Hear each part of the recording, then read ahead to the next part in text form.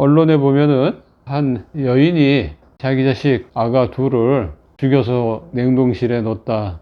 그래서 나중에 발견이 됐다. 그래가지고 이번 주에 굉장히 큰 이슈가 됐죠. 이걸 딱 보면서 여러분들은 어떤 생각이 들지 모르겠지만 타조 엄마가 또 나왔구나, 그런 생각을 하게 되죠. 타조는 흙바닥에다가 알을 낳고는 내버려도 그냥 가버려요. 타조 엄마 같은 사람들이 의외로 많이 있습니다. 성경에도 보면 내 부모는 나를 버렸으나 여호와는 나를 영접하시리이다. 거기서 나는 다윗이에요. 그러니까 다윗은 부모로부터 버림을 받았습니다. 의외죠? 그래서 이 말을 하게 된 배경을 살펴봐야 되겠죠? 자, 1절에서 6절까지, 또 7절에서 12절까지 다윗의 대적자들이, 다윗의 원수들이 다윗을 죽이려고 하는 것은 똑같습니다. 똑같은데 앞부분은 나는 태어난 상태에서 여호와 하나님을 찬송할 것이다 그랬고, 뒤에서는 막 살려달라고 애원합니다. 그냥 막. 왜 이렇게 되는 거예요? 앞부분은 다윗의 고백이에요. 신앙 고백. 7절에서 12절까지는 다윗의 기도예요. 말씀을 통해서 보면은 하나님이 빛이시구나, 하나님이 나의 구원이시구나, 하나님이 내 생명의 능력이시구나, 하나님이 나를 지키고 나를 숨기시고 높은 바위 위에 두시는 분이구나. 그래, 그렇다면 당연히 나는 안전하지. 원수가 아무리 나를 죽이려고 한들 어쩌겠어. 하나님이 구원해 주신다는데 나는 얼마든지 그래 찬송할 수 있어. 말씀을 보면 태연해집니다.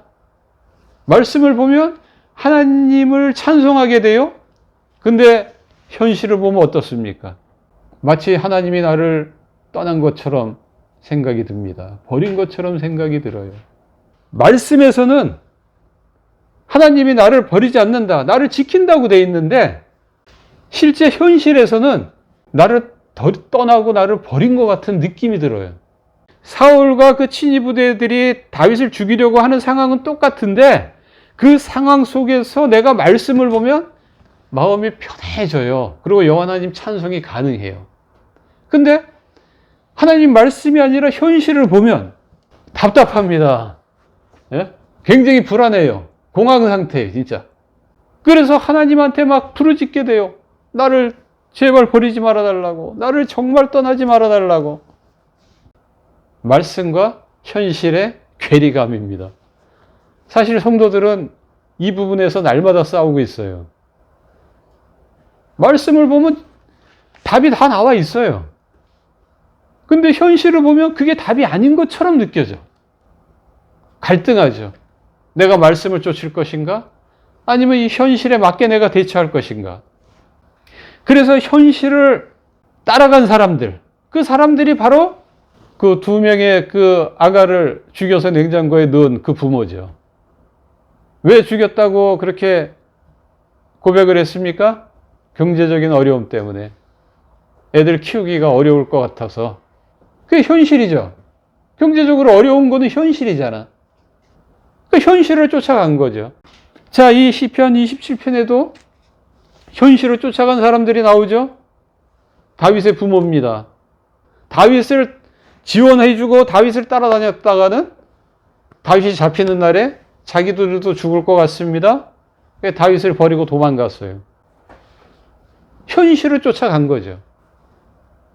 믿음을 쫓아간 게 아니죠. 말씀을 쫓아간 게 아니죠.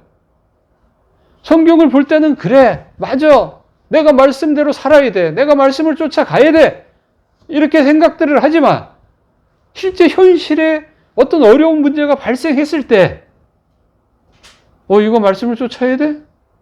그러면 내가 죽을 것 같은데? 그러면서 말씀을 버리고 현실을 쫓아간다 이 말입니다. 그 쫓아간 사람이 다윗의 부모였고 또 한 부류가 나오죠. 사울과 그의 친위 대원들이죠. 사울도 말씀을 쫓았으면 어떻게 해야 됩니까? 다윗을 죽이려고 하면 안 되죠. 왜냐하면 사무엘을 통해서 하나님께서 다윗을 왕으로 세운다고 그렇게 기름 부음을 해줬잖아요. 그러나 사울은 말씀을 쫓지 않았습니다. 현실을 쫓았어요. 다윗이 만약에 왕으로 등극하면 자기는 그 왕에서 쫓겨나서 결국 유배당하거나 죽음을 당할지 모른다.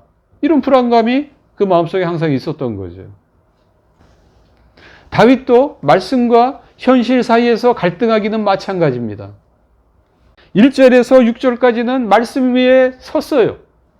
그러나 현실을 보자 7절에서 12절까지는 흔들리기 시작합니다.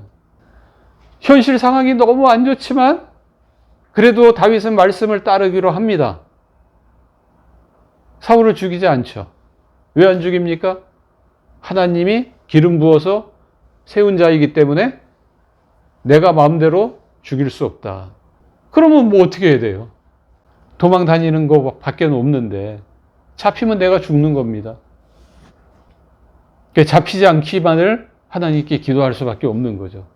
별로 다윗이 할 수 있는 게 없어요. 그러니까 하나님을 의지하면서 계속 부르짖을 수밖에 없는 거예요. 그러면서 시편 27편의 결론이 13, 14절인데요. 나는 여호와 하나님을 기다립니다. 그리고 이 시편을 읽는 모든 사람들한테 이야기합니다. 아무것도 할 수 없는 상황이라면 기다리라고 말합니다. 선하신 하나님이 구원해 주실 때까지, 이 문제를 해결해 주실 때까지 강하고 담대한 마음을 갖고 확신을 갖고 기다리라고 얘기하는 겁니다. 다윗의 이러한 간청이 결코 헛되지 않았다는 것을 우리는 성경을 통해서 알 수 있어요. 다윗을 죽이려고 했던 사울과 그의 군대들은 어떻게 됐습니까?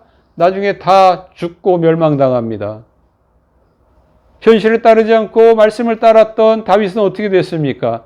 결국 하나님이 이스라엘의 왕으로 세웠습니다.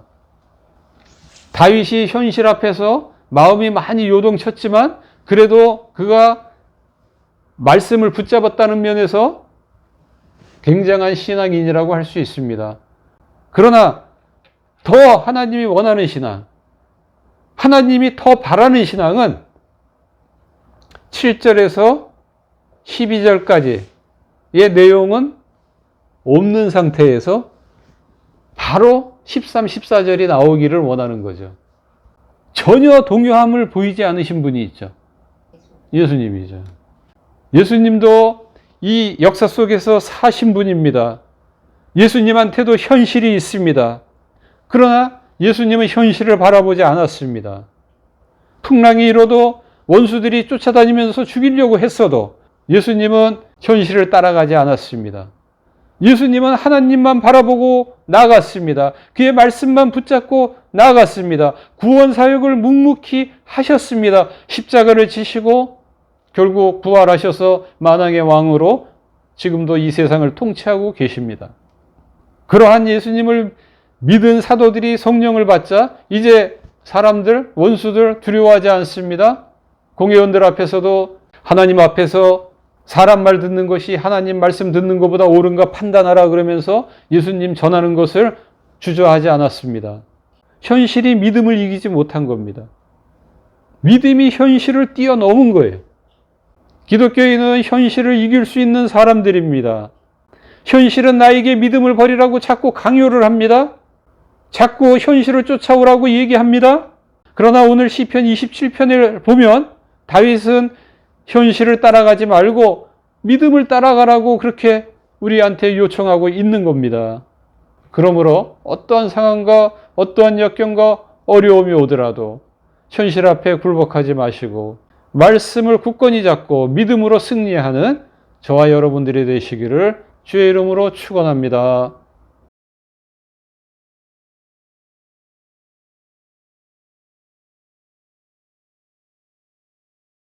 현시들 가면은 그 하나님의 말씀에 잘 안 보이니까 그러니까 무서울 수도 있고 그런데 말씀이나 믿음을 믿으면 하나님 찬양 찬송이 나옵니다. 그래서 여기는 가면 안 되고 여기를 가야 되는 게 맞습니다.